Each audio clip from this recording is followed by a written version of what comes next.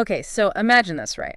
You're 30, you've got a steady job on Wall Street, but you decide to just drop it all Oh. for an idea, a pretty wild one, that has something like a 70% chance of failing.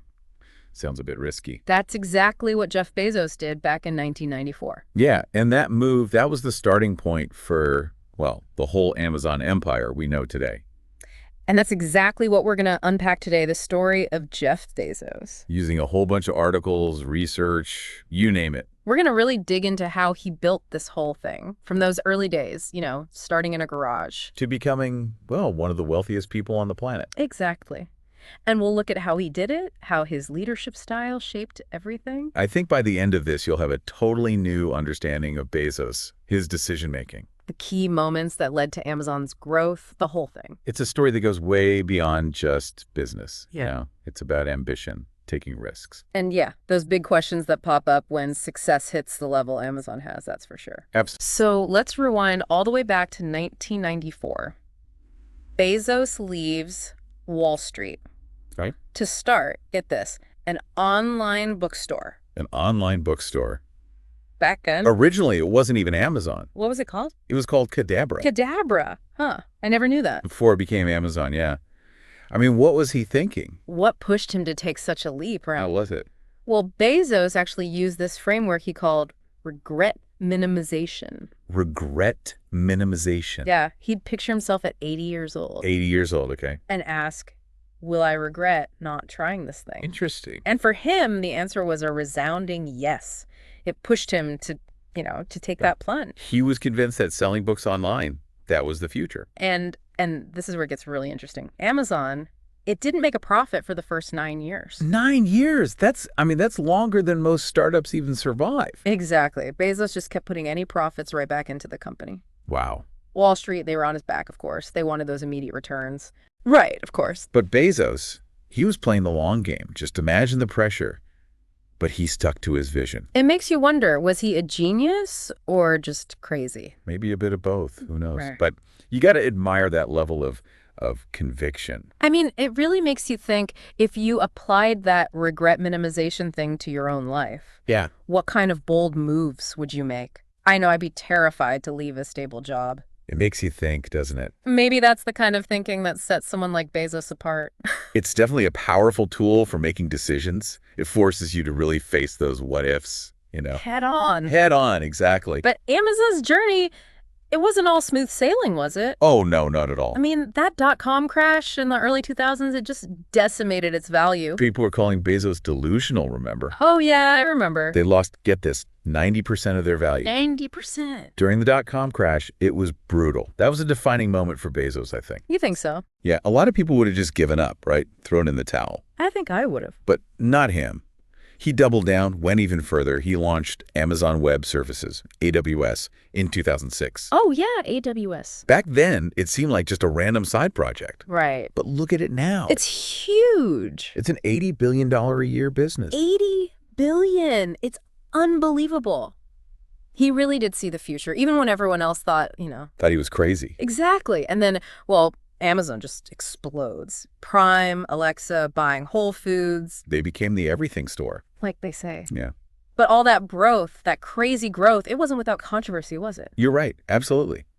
As Amazon got bigger, so did the scrutiny. Yeah. There were all these criticisms about the working conditions in their warehouses, Right. concerns about them pushing out small businesses, Mm-hmm. and this feeling that maybe, just maybe, they were prioritizing growth above everything else. Yeah, it makes you wonder, what was it like working at a place like that during those crazy years? Yeah. What was the driving force behind that culture, right? I think to really get that, we have to look at the man at the center of it all. Bezos. Jeff Bezos. His leadership style was, Oh. well, unconventional, is putting it mildly. Oh, yeah. Bezos, he had his own way of doing, well, pretty much everything. That's one way to put it. Like, remember when he banned PowerPoint in meetings? No PowerPoint. Really? Sure. Yeah, it was a huge deal at the time. I can imagine. So what, no more flashy slideshows? Nope. He was convinced that 6-page memos, clearly laying out every single idea, Fixed major thing. that was way more valuable than any slide. He thought it forced people to really think things through, huh? That was the idea.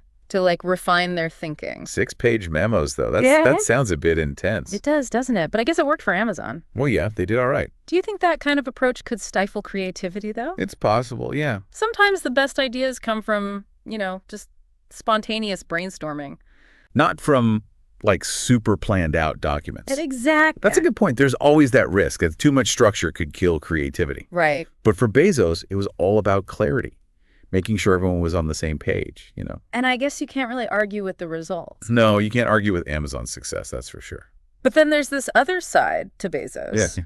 This relentless, like almost obsessive pursuit of excellence. Some former executives have said he was microscopically demanding. Microscopically demanding. What does that even mean in reality? Well, picture this. Okay. Bezos is known for his laugh.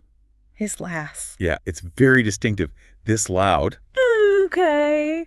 And for people in the room, that laugh. It often meant their idea was done for. He was about to, just tear it apart point by point. Wow. That's a pretty intimidating image. Intimidating is one word for it. So was he a visionary leader who pushed people to achieve amazing things? Or was it just like a toxic work environment? It's a tough question. It really is. I mean, on the one hand, you need that kind of drive, that ambition. To get to where Amazon got. Exactly. But that intensity, it definitely has a downside. It's almost like there were two sides to Bezos. Yeah. The brilliant innovator. Who revolutionized online shopping. And this demanding leader who could be pretty ruthless. I think his legacy is going to be debated for a long time. Oh, absolutely. I mean, this is a guy who was worth, at one point, $200 billion. $100 billion? He owns the Washington Post. He started Blue Origin, that space company. Right, Blue Origin. And he's even building a 500-year clock. A 500-year clock. Designed to, outlive humanity. It's hard to even grasp the scale of his impact. No, it's crazy. So is he a visionary? Someone who pushed the boundaries of innovation? Or is he a symbol of, runaway ambition and corporate power? It's kind of a paradox, isn't it? He achieved incredible things. Things most people couldn't even dream of. But it all came at a price. And that, I think, is a key takeaway from Bezos' journey. What is it? It's that question. What are you willing to sacrifice for success? That's a big one. It's something everyone has to grapple with. Especially those with, big ambitions. Is there a way to achieve those goals without compromising your values? Which maybe brings us back to that regret minimization thing. Yeah. Would Bezos, looking back, regret some of the choices he made? We can't know for sure. No. But it makes you think about the long-term consequences of our actions. It does. What might seem like a good decision now might look different years down the line. Right. There's always a trade-off. So what do you think? If Bezos hadn't taken that leap back in '94, would the world be drastically different today? Would someone else have stepped in and created something like Amazon? It's an interesting thought. Would the internet have evolved in a totally different way? Or would someone else have come along with a similar vision? It's like we're in an alternate reality or something. It is, isn't it? But even if we can't answer those what-if questions for sure, Yeah. Bezos' story, it offers some valuable lessons. Oh, absolutely. It shows the power of bold thinking, long-term vision. And not being afraid to take risks. But it also reminds us that success, especially on that scale, it always comes with a cost. It's a reminder that innovation, ambition, they can be powerful forces. But we need to be aware of the potential consequences. What do you think? Is there a way to reach that level of success? Yeah. Without compromising your values? That's a question worth thinking about for sure. Yeah. But let's bring it back to you, the listener, for a second. Okay. Think about your own goals, the kind of impact you want to make on the world. Right. Do Bezos's choices, do they resonate with you at all? It's all about finding that balance, Yeah. between pushing the limits, breaking boundaries. And staying true to what you believe in. Exactly. Bezos' story, it really shows us that every decision we make, it has these ripple effects. It impacts more than just us. Way more. Mm-hmm. And as we're all, navigating this crazy world that's constantly changing. We need to be aware of the choices we make, the future we're creating. I think that's a good way to put it. It's like that butterfly effect thing. One small decision can set off this chain reaction. And lead to massive change. Maybe that's the biggest takeaway from Bezos' story. What is it? It's not just about building a business, it's about understanding the power that comes with success. And the responsibility that comes with it. Yeah, the responsibility. So as we wrap up this deep dive into Jeff Bezos, Okay. we want to leave you with one last thought, one question. Right. If you could ask Bezos one question, Just one. what would it be? What would you want to know about his motivations? His regrets, maybe. His vision for the future, anything. Think about what parts of his story really stuck with you. Yeah, and what questions came up for you. It's a chance to reflect on your own goals, how you want to make a difference. Well, that's all the time we have for today's deep dive. It went by fast. We hope you found it, insightful, thought-provoking. Definitely. Keep questioning, keep exploring, keep learning.